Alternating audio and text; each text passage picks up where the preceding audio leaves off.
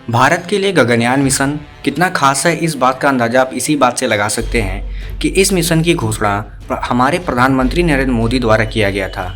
और इसरो के लिए भी ये बहुत महत्वपूर्ण रखता है क्योंकि ये इसरो का अब तक का सबसे महत्वपूर्ण और चैलेंजिंग प्रोजेक्ट होने वाला है। लेकिन इसके ऊपर भी कोरोना वायरस का प्रकोप पड़ा है और समय समय पर इसकी तैयारियों में भी देरी देखने को मिला है। लेकिन एक रिपोर्ट के अनुसार अब ऐसा बताया जा रहा है कि आने वाले समय में आपको GSLV, जो कि इस गगनयान मिशन का रॉकेट है, जो कि हेवी लिफ्टर भी होता है, भारी चीज़ों को उठा कर ले जाने में सक्षम होता है, उसमें भी कुछ तकनीकी रूप से बदलाव किया जा रहा है। अब ये बदलाव किस वजह से किया जा रहा है, कुछ का एक्सपर्ट का ऐसा मानना है कि GSLV में जो बदलाव किए जा रहे हैं ये हो सकता है कि उसको और एडवांस बनाने के लिए किया जा रहा हो। लेकिन कुछ सवाल ऐसे भी हैं जैसे कि क्या अभी तक GSLV को परफेक्ट नहीं बनाया गया है, या हो सकता है कि आने वाले समय में GSLV में कुछ तकनीकी खराबी देखने को मिले, क्योंकि अगर ऐसे मौके पर आकर इतना करीब GSLV में अभी तकनीकी बदलाव किए जा रहे हैं तो इसका मतलब कहीं ना कहीं कुछ ना कुछ गड़बड़ी है। क्योंकि ये बात बिल्कुल साफ है कि अगर भारत का पहला ह्यूमन स्पेस फ्लाइट मिशन होता है यानी गगनयान, तो उसके लिए जो रॉकेट यूज़ किया जाएगा वो GSLV Mk3 ही होगा और यह भारी चीज़ों को उठाने में सक्षम होता है। इसलिए इसका परफेक्ट होना बहुत ज़रूरी है, क्योंकि सबसे पहले इसरो चाहेगा कि 2 अनमैन्ड मिशन करे ताकि अपने सिस्टम और जो उसकी कैपेबिलिटीज़ है उसको लेकर बिल्कुल श्योर हो जाए कि क्या आखिर जो मेन मैन्ड मिशन होना है उसके लिए GSLV और भारत का अपना पूरा सिस्टम तैयार है या नहीं। लेकिन अगर बीच रास्ते में GSLV ने धोखा दिया तो ये इसरो और पूरी दुनिया के लिए भी एक झटका होगा, क्योंकि दुनिया को भारत से बहुत उम्मीदें होती हैं और भारत को इसरो से बहुत ज़्यादा उम्मीदें होती हैं। तो इस बात को कंफर्म कर लेना बहुत ज़रूरी है कि क्या GSLV में इतने करीब आने के बाद तकनीकी बदलाव करना सही होगा, और अगर GSLV सच में परफेक्ट नहीं है तो इसको पहले ही क्यों नहीं सही कर लिया गया। क्योंकि ये बात बिल्कुल साफ है कि चाहे वो इसरो हो या भारत के खुद के आम नागरिक हो, कोई भी गगनयान को लेकर रिस्क लेना नहीं चाहता। क्योंकि जैसा कि आपको पता होगा अभी पिछले कुछ दिनों पहले इसरो का एक मिशन फेल हुआ था जिससे काफ़ी लोगों को बहुत बुरा लगा था।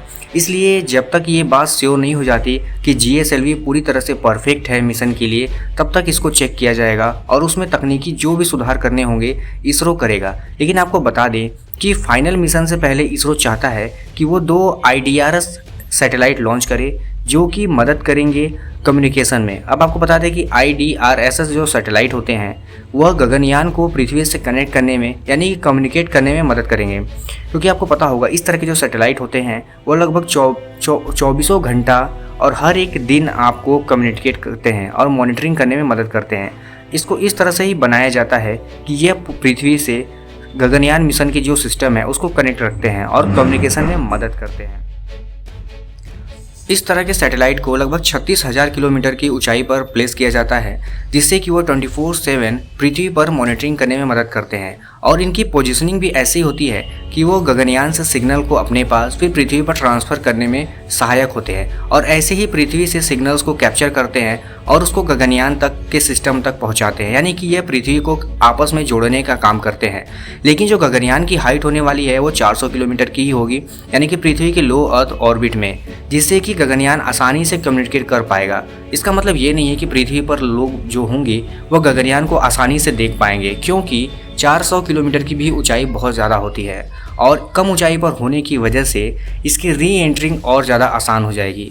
जबकि आपको पता होगा कि गगनयान मिशन को सिर्फ भेजना ही इसरो के लिए चैलेंजिंग नहीं है, बल्कि इसकी री एंट्री और अपने एस्ट्रोनॉट को सेफली लैंड करवाना भी बहुत ज़रूरी है। इसके लिए ऐसा बताया जा रहा है, हो सकता है कि आने वाले समय में ये जगह डिसाइड किया जाए कि जो री एंट्री की पोजीशन होगी वो बे ऑफ बंगाल होगा या अरेबियन सी, क्योंकि दोनों ही जगह पॉसिबिलिटीज़ है। अब हो सकता है कि आखिरी समय पर इसको बे ऑफ बंगाल में चूज़ किया जाए, लेकिन अगर अरेबियन सी में भी होता है तो ये कोई बुरा ऑप्शन नहीं है।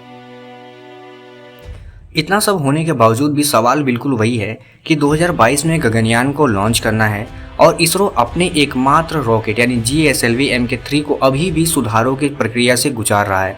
यानी कि इसरो भी कहीं ना कहीं या तो श्योर नहीं है या फिर उसको कुछ बेहतर बनाने की कोशिश में अभी भी लगा हुआ है। हालांकि रीज़न जो भी हो, बट ये थोड़ा सा डिस्टर्बिंग मैटर है, क्योंकि इसरो को इस चीज़ में परफेक्ट होना चाहिए, क्योंकि इसरो की एक कामयाबी हमें बहुत खुशी देती है और एक असफलता भी देश के बहुत सारे लोगों को निराश कर देती है। ऐसे में GSLV का बिल्कुल परफेक्ट होना और भारत का पहला ह्यूमन स्पेस फ्लाइट भी होने वाला है ये, तो उम्मीदें GSLV से तो बहुत ज़्यादा है।